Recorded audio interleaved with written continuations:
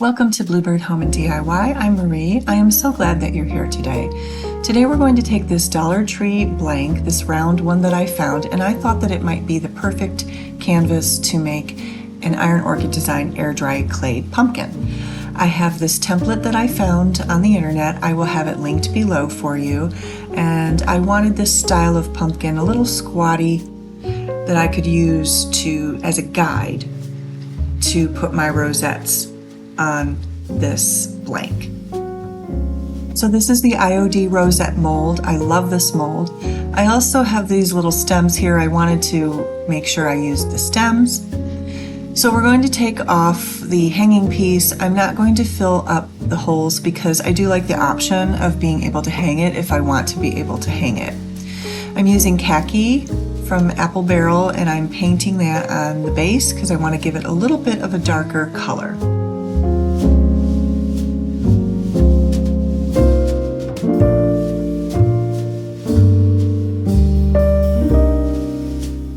And now I'm going in with this water-based antiquing wax, and we're going to go ahead and we're going to wax the entire piece.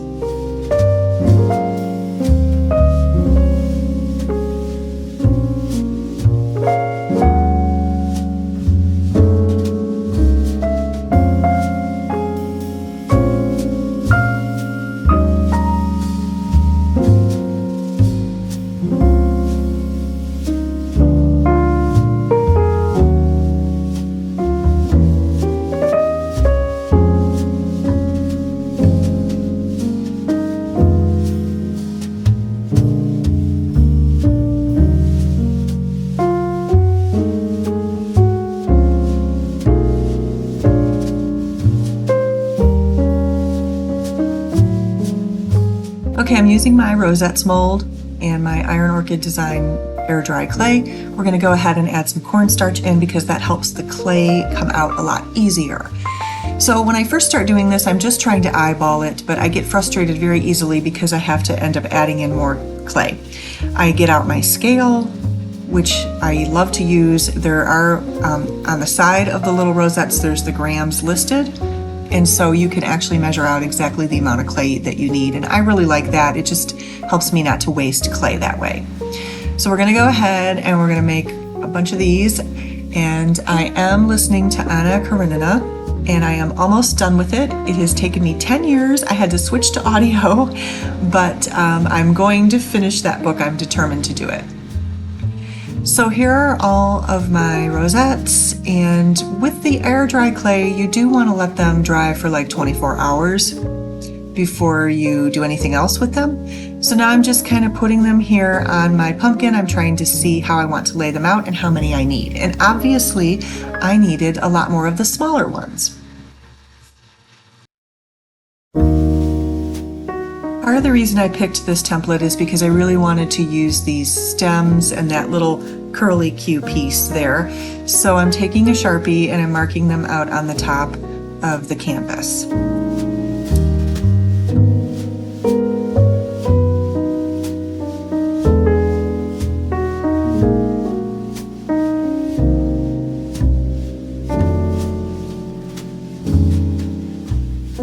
This is some paper crafting paper that you use for doing scrapbooks.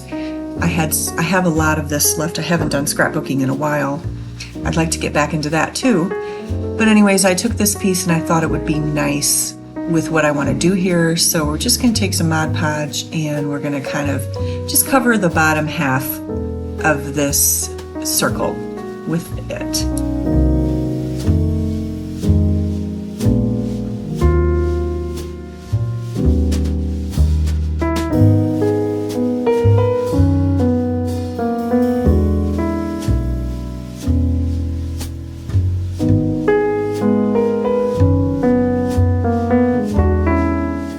I should say the glue stick works well just to put the paper down, but I do use the Mod Podge for the ends to get them to bend around the piece. All right, so I really wanted to paint a nice stem, and I'm going in with the moss green, and we're gonna paint that on. And then I think I'm also using, I think I used the nutmeg. And then I actually end up going in here also with some of the lighter color white. Actually, it's more of the, I believe it's the plaster color from Waverly.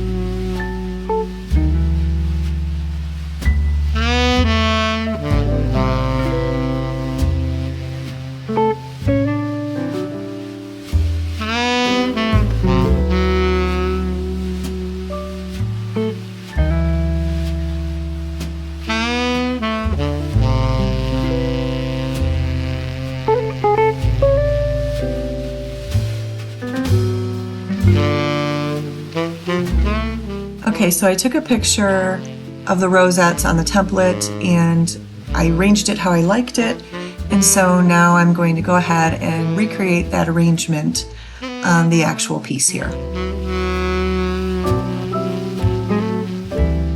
So now I'm going in with my Fusion Mineral Paint in the color Chateau, and I'm just using a chippy brush to paint it on, and I'm just dabbing it on, and I don't even mind if I leave some of the pieces a little bit uncovered.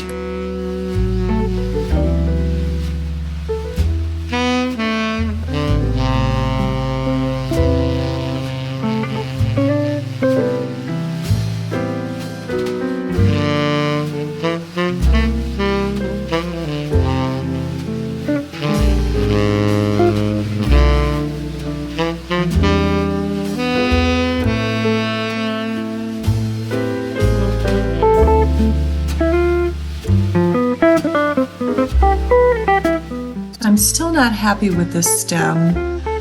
I'm going in again with some more paint and I'm going in and kind of rubbing it in. I actually like the stem part, I just don't like the curly Q part. I'm not really liking the way that's turning out.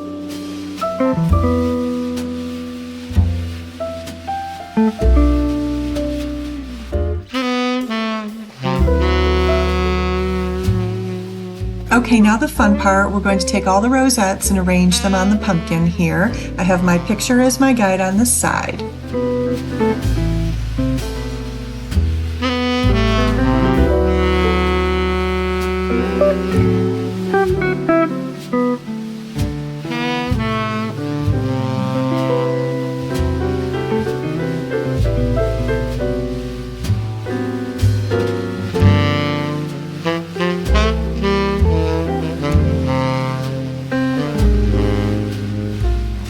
Use Titebond and a paintbrush to paint the rosettes on to secure them.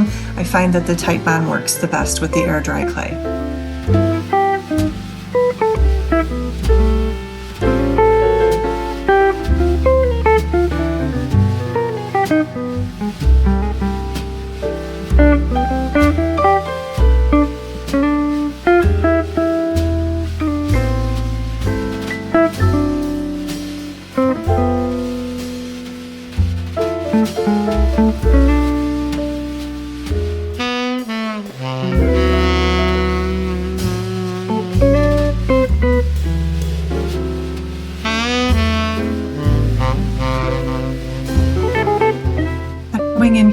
some gilding paint in champagne, and I think I got this at Hobby Lobby.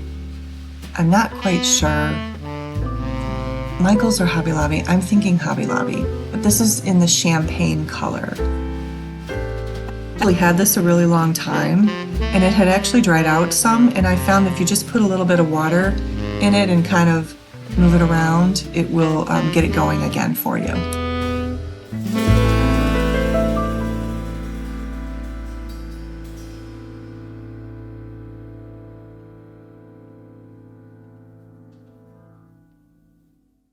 Next, I'm going in with this patina wax, and I love this. It gives that kind of aged look. This is really good for mimicking copper, aging copper. I just thought it might look pretty on this piece here, so I decided to use it, and I do really like it. I think I got this from Amazon, so I will have it linked below, or I do have an Amazon shop where I have all my craft stuff linked. Maybe I will probably link that page for you.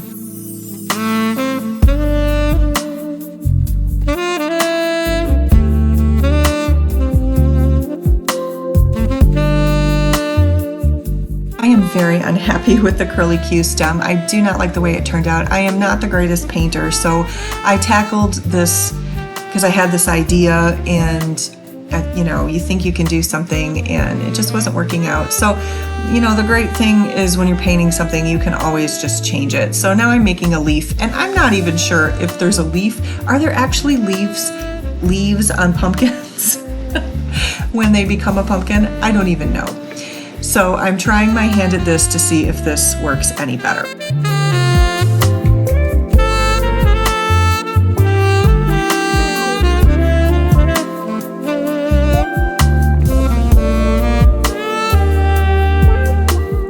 We're going to add a pretty bow.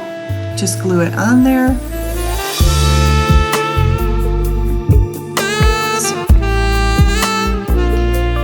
I'm going to put a little hangy thing back in again. I still felt like it needed something, so I took a chippy brush and I took the plaster and I kind of just made an outline around the outside of the circle, both on the top and the bottom.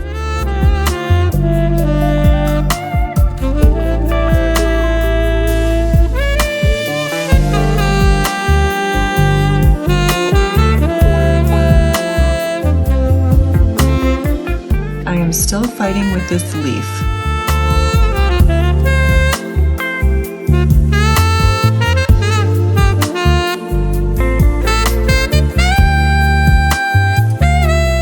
Now I'm going in with the patina again, and I'm going to put that around the edges because I kind of want to tie it in with the patina that's on the actual rosettes on the pumpkin.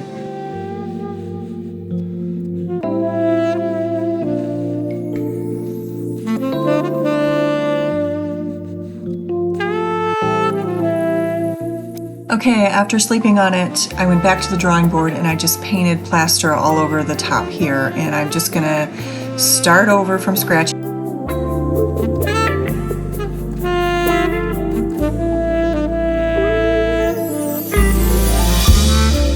So we're just going to use some burlap ribbon from the Dollar Tree. We're going to cut it to size, and we're going to make a little stem. And I can see as I look at this that I did not actually paint all of that like I wanted to. I can see I have some spaces there that I didn't get down in the corners. So live and learn with this one. I tried my hand at something, it didn't quite work, so I just turned it into something else. And now I'm going back in with that patina around the edges just to give it a little finishing touch, gluing a piece down that's coming up there. And there you have it. This is my mantle decorated for fall. I do have a short if you're interested in seeing that. And I just placed it on my little faux fireplace or my little electric stove there. Okay, we're gonna do a real simple one real quick before this video's ended. These are some wood rounds. They come in a little bag at Hobby Lobby. They're very inexpensive. And we're gonna also use some craft paint, Anita's craft paint, which is 49 cents at Hobby Lobby. Also, you can get both of these things at Hobby Lobby. I'm just gonna dab on some orange. I'm gonna make it like a pumpkin here.